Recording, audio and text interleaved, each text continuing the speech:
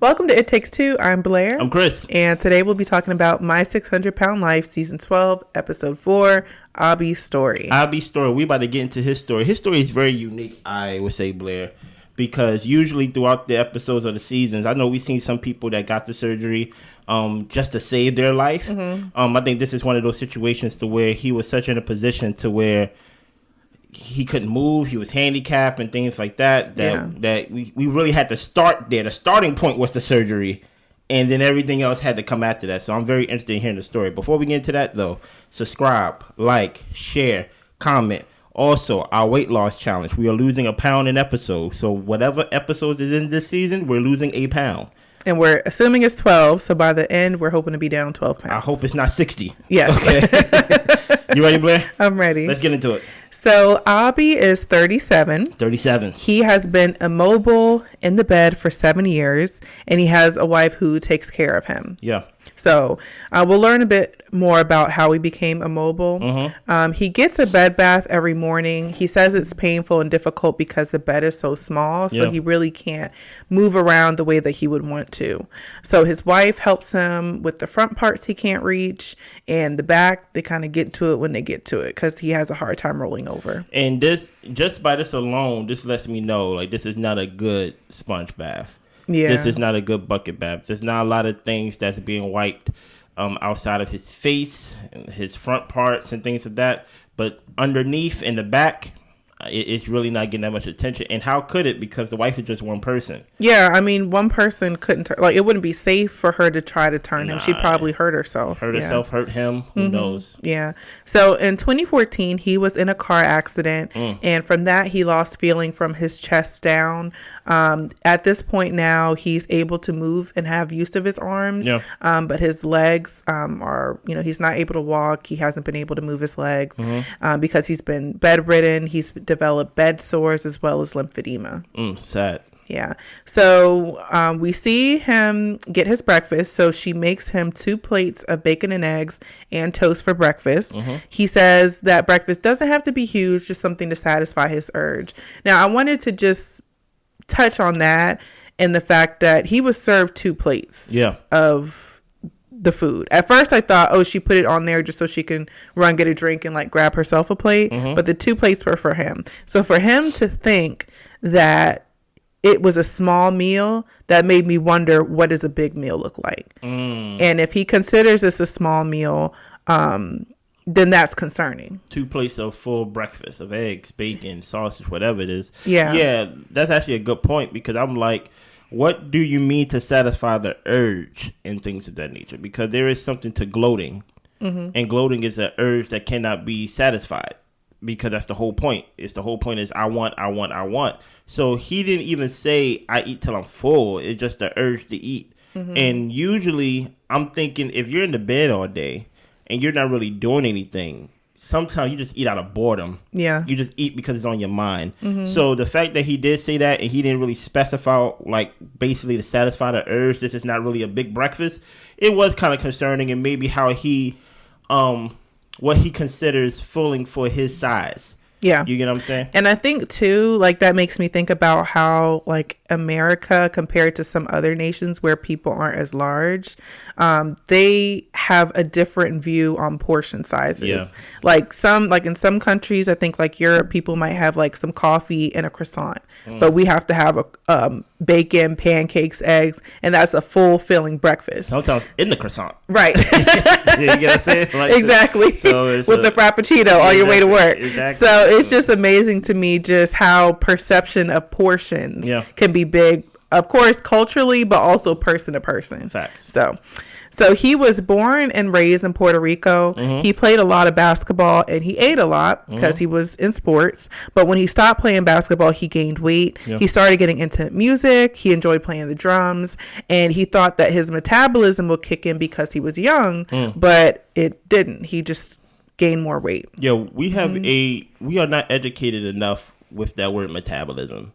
It's almost like a urban legend. Yeah. You always hear people say, like, I have a fast metabolism, I should eat whatever I want to eat. And there's things to that, but it's kind of hard to just rely on that if you haven't had testing, if you haven't had all these other things. And eventually you can't outrun a bad diet. It'll catch up. So here's the thing about it. It would be like the tortoise and the hare. You may be winning the race in the beginning, but your diet is slow and steady. And the worst thing about it is, even if you're not picking up the actual weight, you actually picking up bad habits. Yeah. So it's going to carry on to when you're older. You won't have good habits. You don't know how to grocery shop and things of that nature. And granted, I had that problem, like transitioning from a teenage boy to a man and things like that. Back in the day, I could eat a whole box of pizza and things like that. Now I can't eat a whole box of pizza because it's just how it just changes and things like that. So I think, like, even though his metabolism probably was fast or like whatever it was, he was creating bad habits. Yeah. And then eventually everything just leveled. And then another thing too is, like, people think that, okay, if I don't gain weight, then I'm good, only to find out you have a buildup of plaque in your heart. And you didn't think it was an issue because you didn't gain weight, but you've been eating all this unhealthy food that has been building up in your body. So, yeah. Well, he went to school in Florida to be a sound engineer. Yep. At that time, he ballooned to 450 pounds when he was in college. And he thought he was still young. He had time, so he could just lose the weight later. He moved back to Puerto Rico. He started working there. He started losing weight because of the job he had. Was in, like, I think he said some type of production. It was like theater or something like that. Yeah. And so he was moving a lot of this heavy theater equipment, and he ended up losing, I think he said, over 100 pounds at that time. Listen here. You got to move it to lose it. Yeah. That's really the trick to everything. You got to, even with a diet, if you want to lose it faster, you got to move it. You get what I'm saying? And then the diet is that's supposed to basically support you moving and staying active. Well, no, it's kind of the other way around. How so? So even Dr. Now explains to him in this episode that diet is everything. Exercise is good to build your endurance, your heart health, all that type of stuff. But the diet is the thing that makes you lose or gain the weight. Okay. Yeah. So he met with his wife on a dating app for larger people. Yeah. He was on his way to propose to her when a lady didn't stop at a stop sign and he got hit. Yeah. He couldn't feel his legs after the accident. The doctor said he might not be able to walk again. He started being able to move his legs at one point. He proposed to his wife, got married. His dad passed away. He was caught up in the hurricane that hit Puerto Rico in 2017. And at that point, he was just in the bed. I mean, he really didn't have any way to get out and about. And so I think one of his friends or family members helped him get into a program that brought him to Texas, to where they were living with his sister until his wife got a job, and he actually works from home, which I thought was really cool, because a lot of these people, they don't have a job, and they're not working. And for him, he said that his social worker hooked him up with getting a computer, a desk, and everything like that. So it does show, for some people, if you have the will to do certain things, like, you can get it done. So yeah, I have a question about this app for larger folks and things like that. Yeah. Only for this the sense of this, right? What is the objective with, like, finding someone on these larger websites? Because let's say he do lose the weight, right?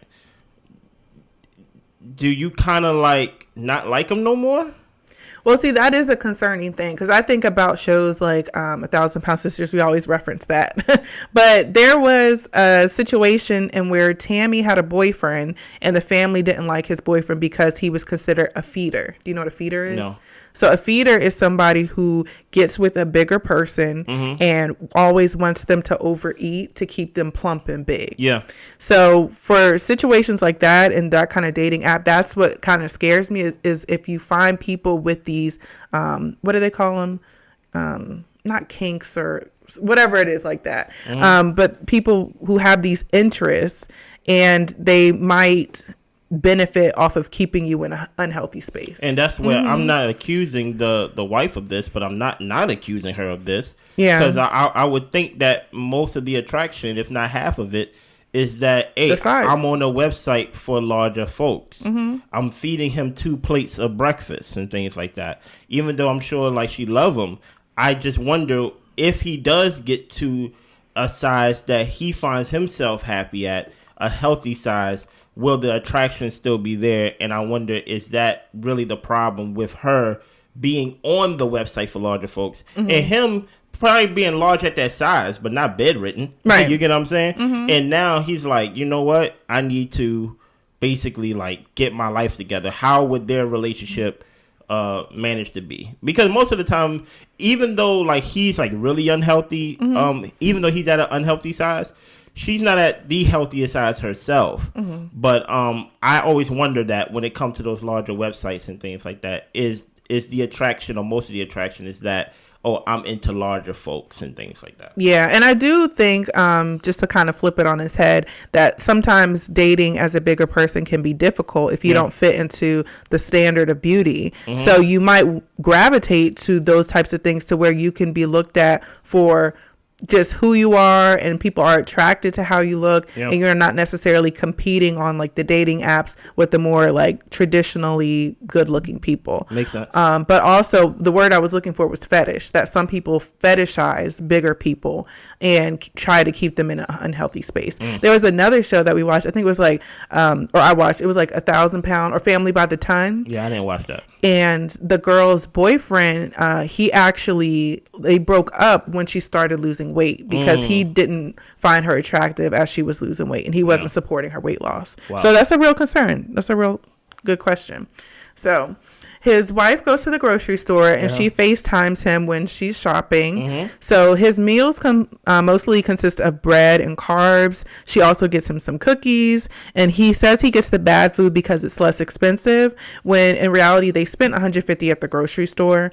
And if you're buying healthy food, it can be anywhere from $150 to $200 depending on what you buy. Yeah, you say healthy food? I'm guessing it's only two of y'all. Yeah. So I'm guessing it don't have to be $150 for them to. His excuse of I get the unhealthy food because it's least expensive. That's not true. Yeah, it's not true. So even though they spend $150 of getting unhealthy food, you can easily make that $150 healthy food and probably get more and things like that. Or you can spend less. But the whole idea of I get unhealthy food because it's cheaper, it's not that. It's that we don't have the knowledge to actually know what to do, what to eat, portions to like your point and things like that, making it last and things of that nature. And I'm thinking if you eat to satisfy an urge, you're overeating. So it's not like you're like buying unhealthy food and portionalizing your food in like, it's not like you're portioning your food anyway.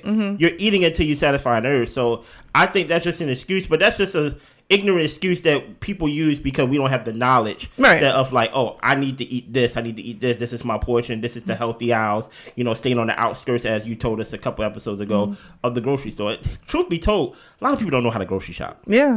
And the fact that we have these apps that grocery shop for us and things like that, we're not really learning. You get what I'm saying? Or what to look for or how to cook healthy. Yeah, and then another thing I think about is when I see these people and they eat the double plates worth of food and all this type of stuff. I'm like, that is expensive. Like, how do you sustain a habit like that? Like, that's got to be expensive. So even though they spent $150 at the grocery store, if he's eating 2 plates worth of eggs, bacon, and toast every day, I mean, that's not lasting more than 2 or 3 days. I can't believe that lasts the whole week. Yeah, it's not lasting the whole week. Yeah, especially since she got to eat too. Yeah, So for lunch, she made him. It was looked like it was about like 5 sandwiches and like it looked like those big salad bowls that you use to mix your salad and serve it out to people. She filled that whole bowl of chips, and that's what he had for lunch. So Abby's sister comes by to help his wife with the wounds on his back and to clean pretty much his backside, and he screams because it's so painful to move. Yeah, he also had bed sores too, so it hurts. So we are in month 1.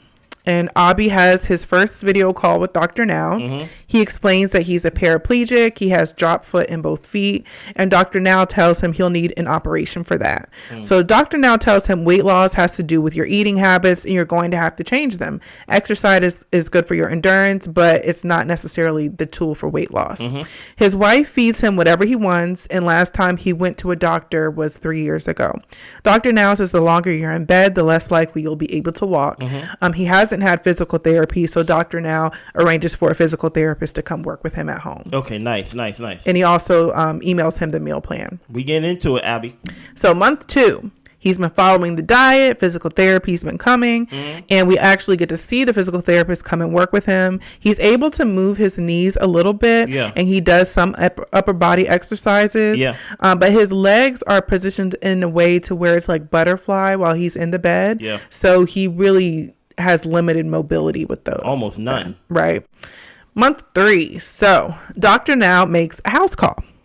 So he comes to Abby and he confirms he's been eating and drinking right and doing physical therapy and exercising. And Dr. Now tries to see how much he can move. So Dr. Now notices that he doesn't have any reflexes really in his lower extremities. And he also sees that Abby has a skin infection. So he recommends that he gets an antibiotic for it. Yeah. So a physical therapist comes by with Dr. Now there and he asks him about maybe getting a splint to help him with the drop foot. So that it can go from this position to this with the help of a splint. Yeah.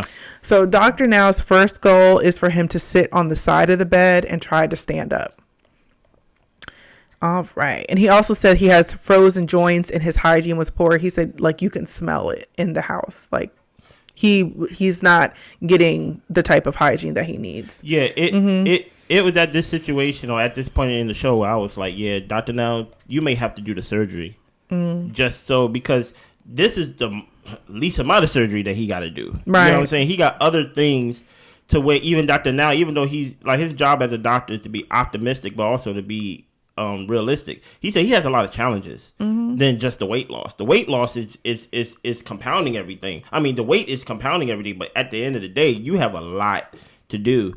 And I think it's to the point where at this point, we don't know how much he weighs. No. Right? We just taking his word that he's following the diet.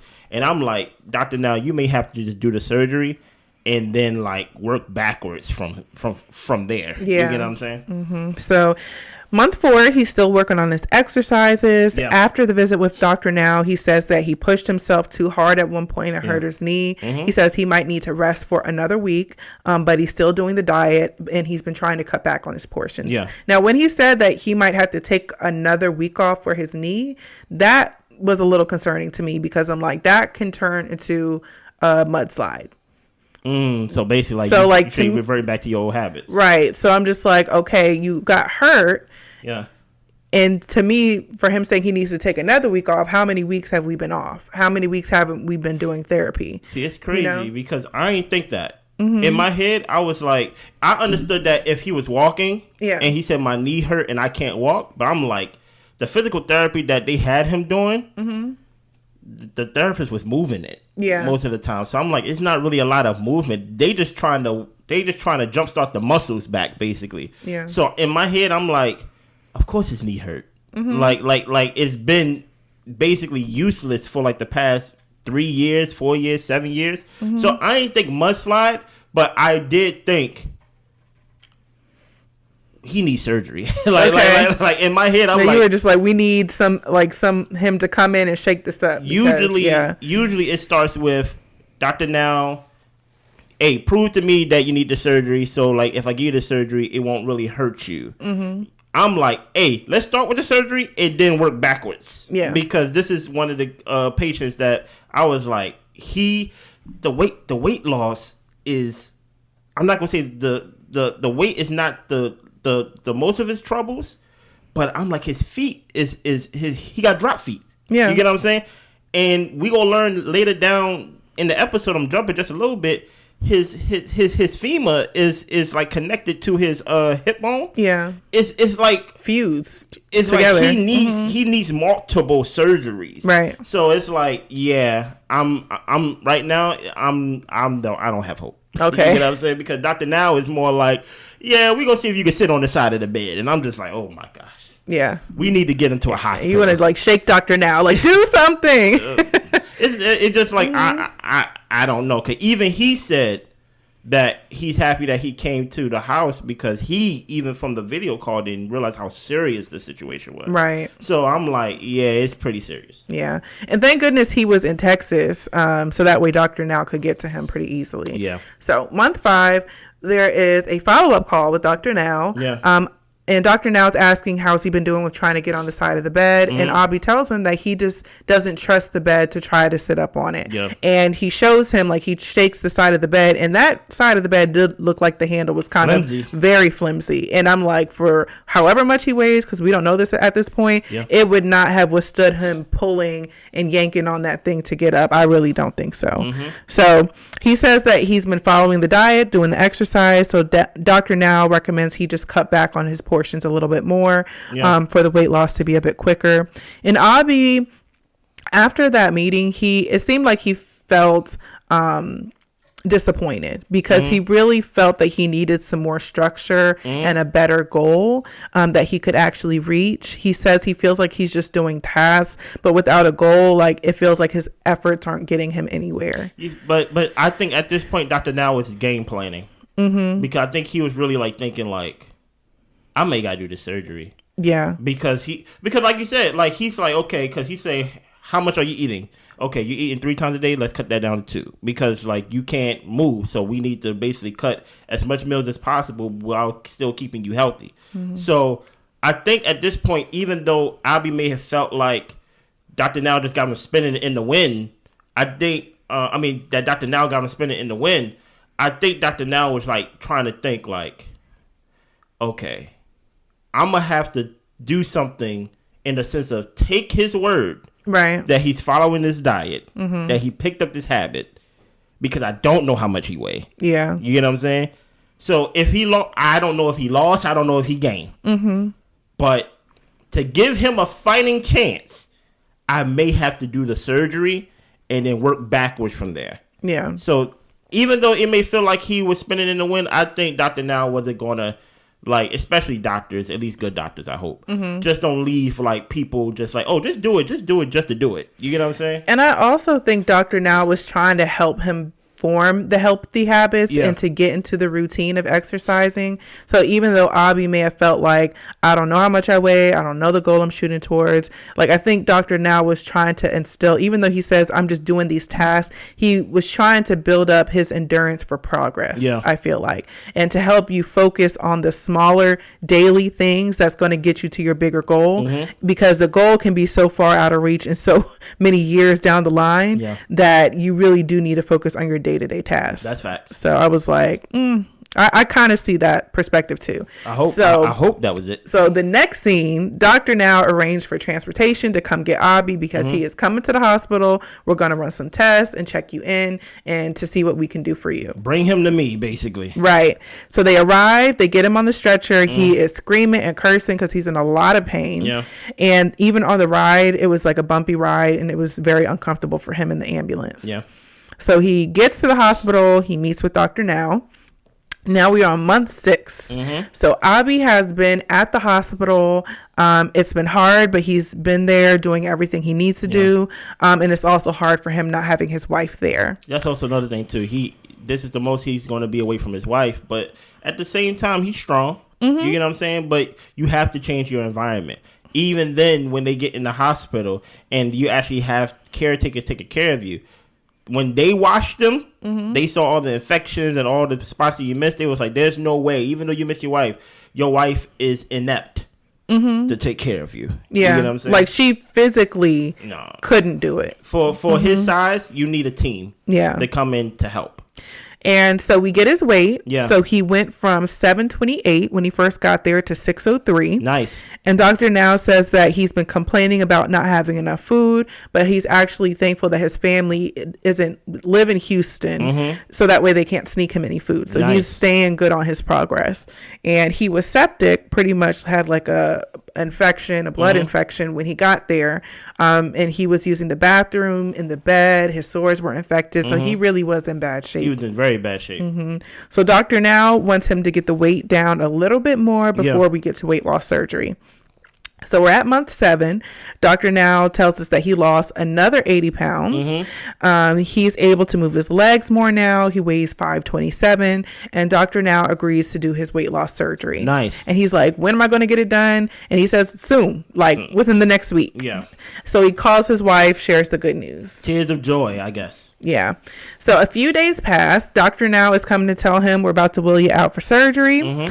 And he says the biggest problem with Abi, or the biggest difficulty, is going to be trying to get him on the operating table and positioned in a way to do the surgery because of all of his joint limitations and stuff like that. I ain't think that would be a problem if he's unconscious. Right. Well, I mean, you can't, if the joint is frozen, you can't just crack it and crack it and break it. The whole time I'm here weight loss surgery. I'm not here replacing bones and things of that. Right.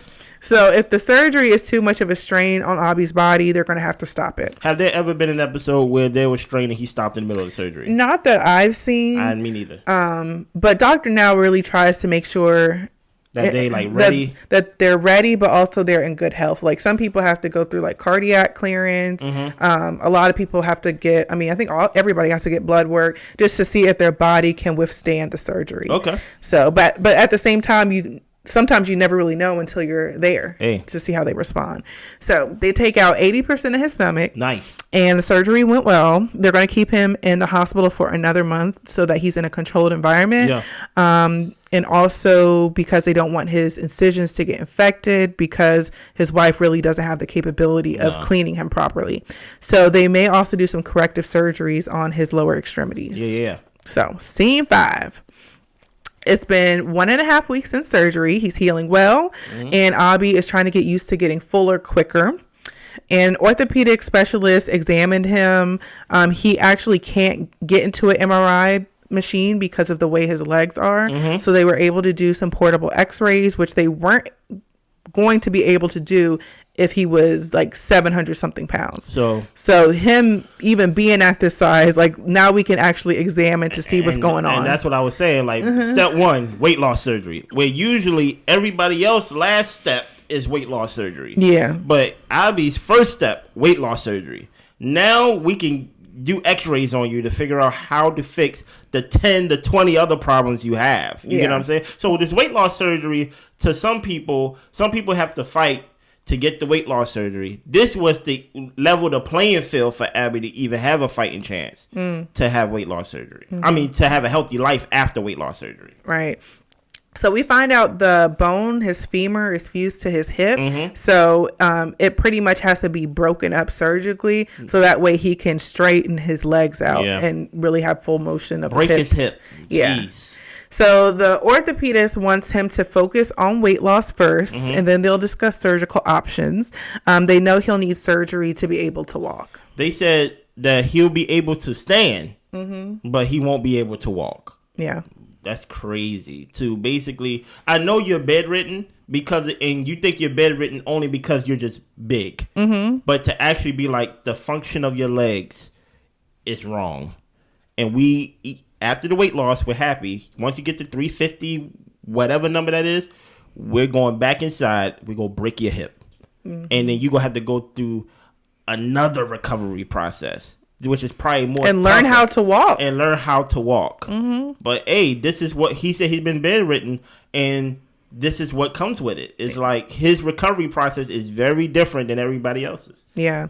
So Abi's mom, she actually came all the way from Puerto Rico to visit him. Nice. As well as his sister and his nieces came from Austin.